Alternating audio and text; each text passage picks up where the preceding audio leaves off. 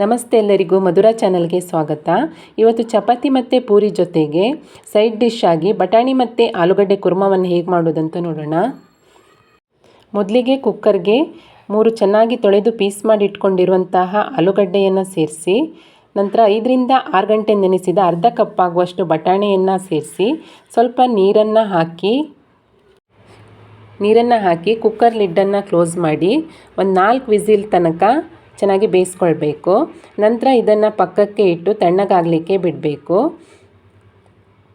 ಮತ್ತು stove on ಮಾಡಿ ಒಂದು ಪಾತ್ರೆ ಇಟ್ಟು ಅದಕ್ಕೆ ಸ್ವಲ್ಪ ಎಣ್ಣೆ ಹಾಕಿ, ಎಣ್ಣೆ ಬಿಸಿಯಾದ ನಂತರ ಸಾಸಿವೆ, ಜೀರಿಗೆ, ಕಡಲೆಬೇಳೆ, ಉದ್ದಿನಬೇಳೆ ಹಾಗೂ ಕರಿಬೇವಿನ ಸೊಪ್ಪನ್ನು ಸೇರಿಸಿ ಚೆನ್ನಾಗಿ ಫ್ರೈ ಮಾಡಬೇಕು.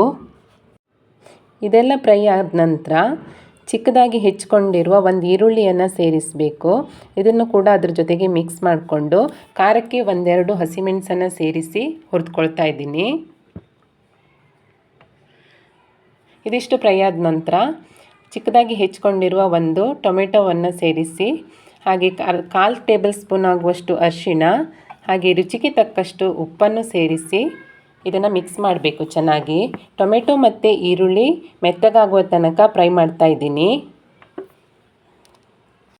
ಟೊಮೆಟೊ ಈರುಳ್ಳಿ ಮೆತ್ತಗಾದ ನಂತರ ಬೇಯಿಸಿಟ್ಕೊಂಡಿರುವ ಆಲೂಗಡ್ಡೆ ಸಿಪ್ಪೆ ತೆಗೆದು ಬಟಾಣಿ ಮತ್ತು ಅದರಲ್ಲಿರುವ ನೀರಿನ ಜೊತೆಗೆ ಇದಕ್ಕೆ ಸೇರಿಸ್ಕೊಳ್ತಾ ಇದ್ದೀನಿ.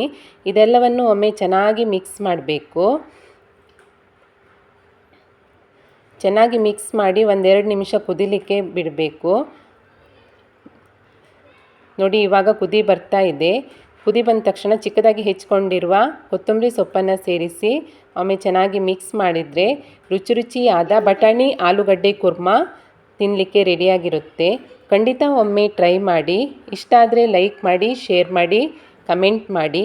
ಹಾಗೆ ನಮ್ಮ ಚಾನಲನ್ನು ಸಬ್ಸ್ಕ್ರೈಬ್ ಮಾಡ್ಕೊಳ್ಳೋದನ್ನು ಖಂಡಿತ ಮರಿಬೇಡಿ. Thank you for watching.